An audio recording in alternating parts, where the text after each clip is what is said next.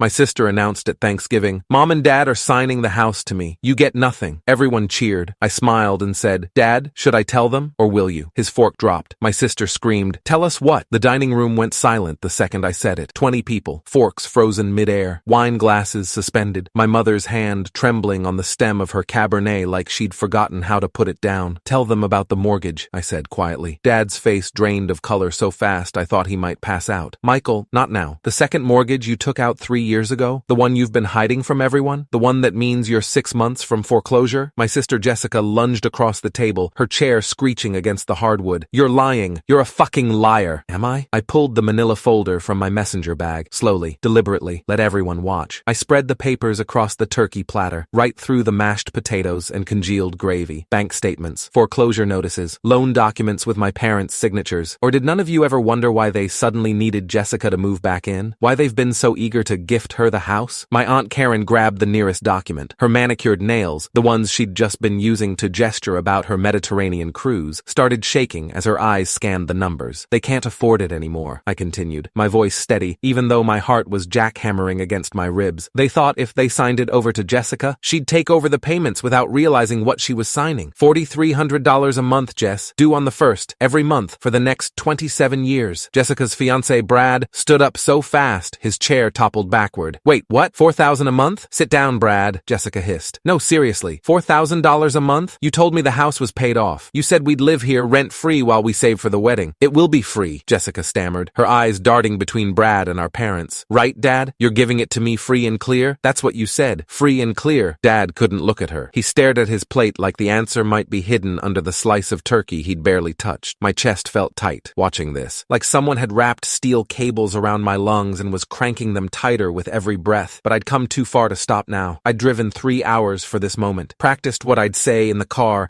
until the words felt like stones in my mouth, heavy, cold, unavoidable. Mom started crying, those delicate little sobs she did so well. "We were going to tell you after what?" I cut in. "After she signed the quitclaim deed? After it was too late to back out? After you'd successfully dumped $120,000 of debt onto your daughter?" My grandmother, Dad's mother, the woman who'd taught me to play chess and always slipped me a 20 when she thought no one was looking, slammed her hand on the table so hard the wine glasses jumped. "David Michael Thompson, is this true?" Dad's silence was louder than any confession. "You manipulative son of a bitch," my Uncle Tom said, and I'd never heard him swear before, not once in 38 years. "Your own daughter." Jessica's face twisted into something ugly, something desperate. "Michael probably made this all up. He's always been jealous of me. He's never forgiven me for being Dad's favorite." My hands clenched into fists under the table. The anger was a living thing in my chest, hot and writhing. "Call the bank then." I slid my iPhone across the table. It left a trail through the cranberry sauce. "The number's right there in my contacts. First National Bank. Ask them about the $78,000 you owe on the second mortgage. The one that's 180 days past due." Jessica stared at the phone like it might bite her. Didn't touch it. Didn't move. "You won't call because you already know," I said. "Want to know how I found out? Dad asked me for money 2 months ago. September 14th. He called me at work. Said it was for medical bills. Mom's surgery, he said.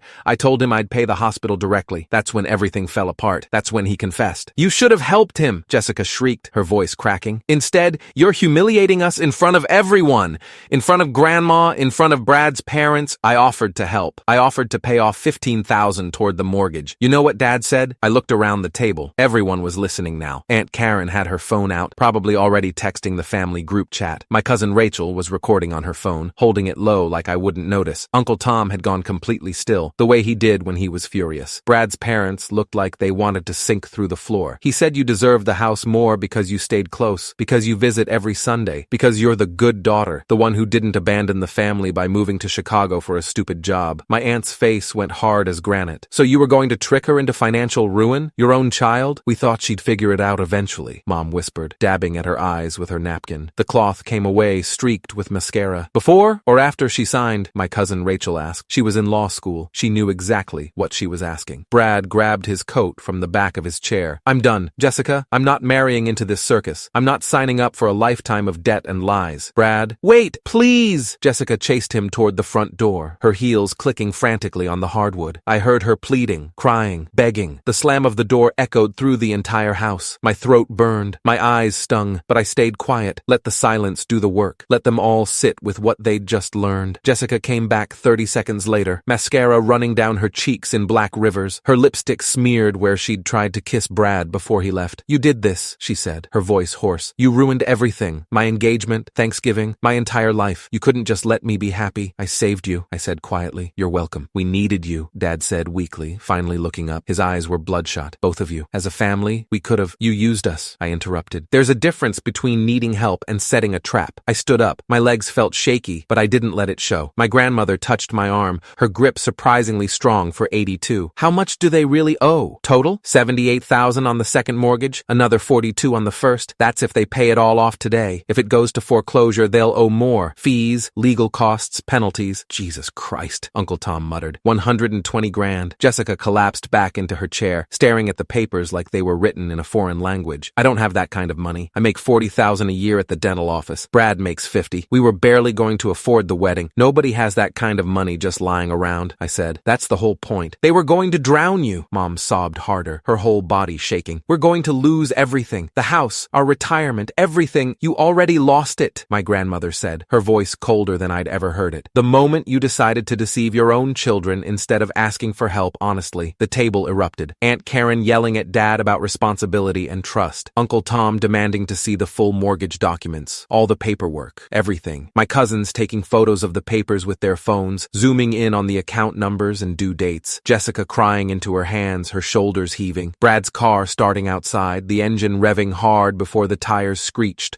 pulling away. Mom begging everyone to calm down, to remember it was Thanksgiving, to please just. Dad sitting there, silent, defeated, staring at nothing. And me? I picked up my coat from where I'd draped it over the back of my chair hours ago, back when I'd walked in and everyone had hugged me and told me how good I looked and asked about Chicago. Walked toward the door. Michael, wait. Jessica's voice, raw, broken. I stopped, turned around. Her face was a mess, snot, tears, smudged makeup. She looked younger than 28. She looked like she had when we were kids, and she'd fallen off her bike and scraped both knees bloody. You destroyed Thanksgiving. You destroyed my engagement. You destroyed everything I had. No, I said quietly. I exposed what they were going to do to you, what they tried to do to me first. The room went silent again. Even Mom stopped crying. What do you mean? Jessica whispered. I took a breath, let it out slow. 6 months ago, May 3rd, they called me, both of them on speakerphone, asked me to come home for the weekend, said it was urgent. When I got here, they sat me down at this same table and asked me to co-sign the house, told me it was just a formality, a refinancing thing, that they'd pay everything, I'd never see a bill, they just needed a second name for better rates. I could feel everyone staring at me. I almost did it. I had the pen in my hand. Dad had the papers already, but something felt wrong. The way Mom wouldn't look at me, the way Dad kept saying, it's just a formality, over and over like he was trying to convince himself. So what did you do? Rachel asked. I told them I needed my lawyer to look at it first. Dad's face went white. He tried to say that wasn't necessary, that we were family, that it was insulting I didn't trust them. But I held firm, took the documents with me back to Chicago. I pulled out my phone, scrolled to a specific photo, held it up so everyone could see. It was a screenshot of an email. My lawyer, Angela Reeves at Morrison & Associates. She took one look and called me immediately. Said under no circumstances should I sign. Then I got suspicious and pulled the property records. Public information. Anyone can do it. Found out about the second mortgage, the missed payments, 3 months behind at that point. The foreclosure notices that had already been sent. Jessica's face went white, actually white, like every drop of blood had drained straight to her feet. If I'd co-signed, I'd be legally responsible for $120,000 of debt. They would have destroyed my credit, my savings, my entire financial future. And you know what the kicker is? When I confronted them about it, when I drove back here and demanded an explanation, you know what Dad said? Nobody spoke. He said, we thought you'd understand. You make good money in Chicago. You don't have kids. You can afford it. Like it was my responsibility to bail them out of whatever financial decisions they'd made. What decisions? Grandma asked sharply. What did you spend it on, David? Dad's jaw worked. No sound came out. The second mortgage, I said, was taken out 34 months ago. $78,000. Cash out. I pulled the bank records. Want to know where it went? Mom made a sound like a wounded animal. A boat, a 32-foot cabin cruiser. Bought it for $65,000 cash. The rest went to maintenance and docking fees at the marina because Dad decided he needed a retirement hobby. You bought a boat? Uncle Tom's voice could have stripped paint. You put your house in jeopardy for a fucking boat? We thought we'd pay it back, Dad whispered, before anyone noticed, before it became a problem. Well, it's a problem now, I said. And when I wouldn't co-sign, when I made it clear I wasn't going to let you use me as your personal ATM,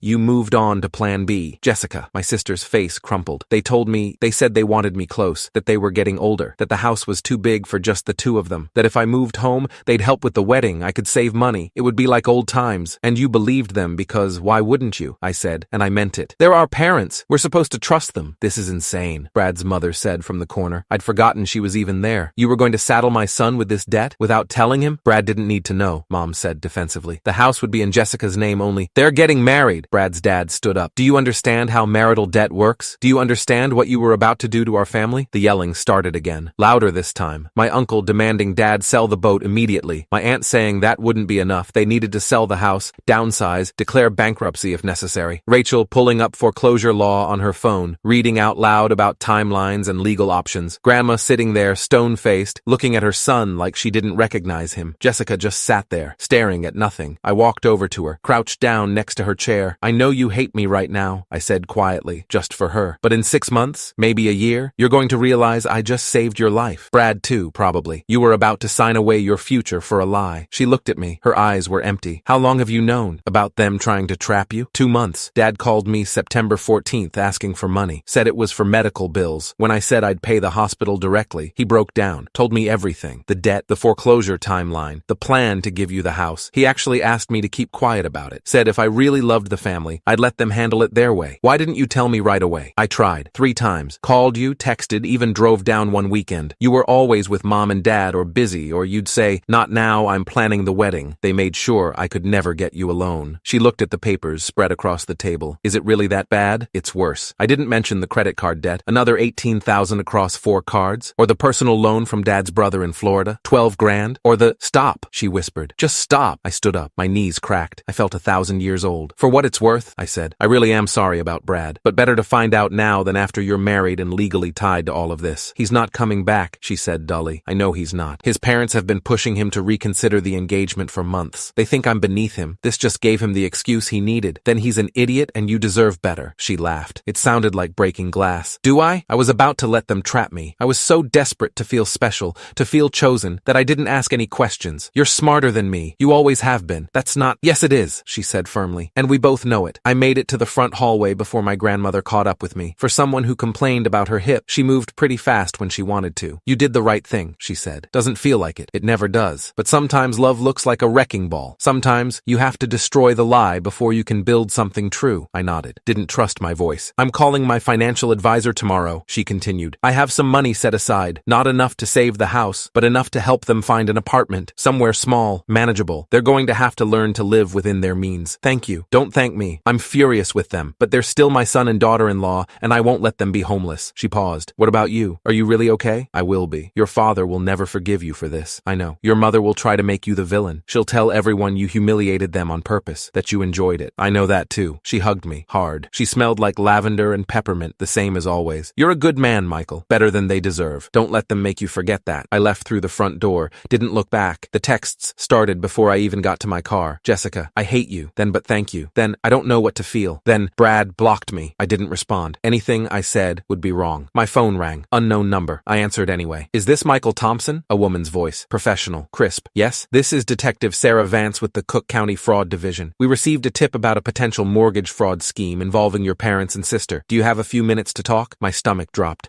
What? Who called you? I'm not at liberty to say. But if what we've been told is accurate, your parents may have attempted to commit fraud by transferring property with known encumbrances without full disclosure to the recipient. That's a Class 3 felony in Illinois. Oh God. I didn't call you, I said quickly. I didn't report them. I would never— We understand that, Mr. Thompson, but we still need to investigate. Would you be willing to come in and provide a statement? You're not in any trouble. We just need to understand what happened. I sat in my car in my parents' driveway, watching the house where I'd grown up, where my grandmother was probably trying to referee World War III, where my sister was discovering that fairy tales don't have second mortgages. I need to think about it, I said. Of course. Here's my direct number. Please call me within 48 hours. She hung up. I sat there for another 10 minutes, hands on the steering wheel, not moving. My phone buzzed again. Rachel. FYI, I didn't call the cops, but I think Aunt Karen did. She's pissed. Rachel. Also, you should prob know Jessica's having a breakdown in the bathroom. Rachel. Like a real one. Rachel. Mom and Grandma are with her. Rachel. Her dad tried to leave and Uncle Tom blocked the door. Rachel. This is insane, Rachel, but also maybe the most honest Thanksgiving we've ever had. I started the car. 3 days later, I got a call from my mother. The detective came to the house, she said without preamble. No hello. No how are you? She had a warrant. She took all our financial documents, David's laptop, everything. Mom, Karen called them. Your own aunt called the police on us. Can you believe that? Family doesn't do that to family. Family doesn't commit fraud against each other either, I said. I was at my kitchen table in Chicago, watching snow fall past my window. But here we are. You could make this go away. You could tell them it was a misunderstanding. It wasn't wasn't a misunderstanding. It was intentional deception. You're going to send your father to prison? Her voice broke. Your own father? I didn't call the police. I didn't file a report. I just told the truth at a family dinner. Whatever happens now is a consequence of what you and Dad chose to do. We were desperate. Then you should have asked for help. Real help. Honest help. Instead, you tried to destroy Jessica's life and mine. Don't ask me to feel guilty about that. Silence on the line. Then, she's not doing well. Jessica, she's on antidepressants now. She hasn't left her apartment in 3 days. My chest tightened. Is she safe? Physically, yes. But Michael, she's falling apart. She lost Brad. She lost the house. She lost her whole future. She didn't lose anything real, I interrupted. She lost a fantasy, a lie. Brad wasn't right for her anyway, and you know it. He was controlling, condescending. She was settling because she thought she didn't deserve better. And the house was never hers, was never going to be hers. Mom, you were going to put her $120,000 in debt. You were going to destroy her credit, her savings, her entire financial future. And when she inevitably couldn't make the payments, what then? Foreclosure? Bankruptcy? You think that's better than what happened Thursday night? Mom started crying. The real kind this time, not the delicate sobs. We made mistakes, she whispered. We made terrible mistakes. But we're still your parents. We still love you. Then you should have acted like it. I hung up, felt sick immediately after, but I didn't call back. A week later, Jessica called. The detective wants to meet with me, she said. She says I'm not in trouble, but she needs my statement. Are you going to go? I don't know. If I cooperate, they might press charges against Mom and Dad. If I don't, I might look complicit. You're not complicit. You were a victim. Was I though? Or was I just stupid and desperate? I thought about that. Can it be both? She laughed. It sounded more real this time. My therapist says I need to stop making excuses for them. That I've been conditioned to accept emotional manipulation as love. Smart therapist. She's helping. Slowly. Jessica paused. I'm sorry for the things I said on Thanksgiving. You were right. You did save me. I wasn't ready to see it yet. I know. Are Mom and Dad going to prison? I don't know. Depends on what the prosecutor decides. Could be charges, could be a settlement, could be nothing. White-collar stuff is hard to prosecute. Good, she said. I don't want them in prison. I just want them to stop lying. Yeah, I said softly. Me too. 4 months later, the detective called me on a Tuesday afternoon while I was in a meeting. We're not pressing charges, she said. Insufficient evidence of criminal intent. It looks more like stupidity than fraud. I felt something in my chest unclench. What happens now? They're being forced to sell the house. The bank's accelerating the foreclosure process. Your grandmother helped them secure a small apartment in Naperville. They'll be fine. Broke, but fine. And Jessica? Not involved. She never signed anything, never took possession, never assumed the debt. She's clear. Thank you for telling me. Mr. Thompson, can I say something off the record? Sure. You did the right thing. I see a lot of families in my line of work. Most of them protect the abuser because facing the truth is too painful. You didn't do that. You protected your sister even though it cost you everything. That takes guts. My throat felt tight. It doesn't feel like guts. It feels like I nuked my whole family. Sometimes, she said gently, that's what the truth does. But the thing about nukes is they clear the ground. New things can grow after. 6 months later, I got a text from Jessica at 11:47 p.m. on a Saturday. Remember how you said I deserved better than Brad? You were right. His name is Marcus. He's a physical therapist. He thinks it's funny that I'm terrible at yoga,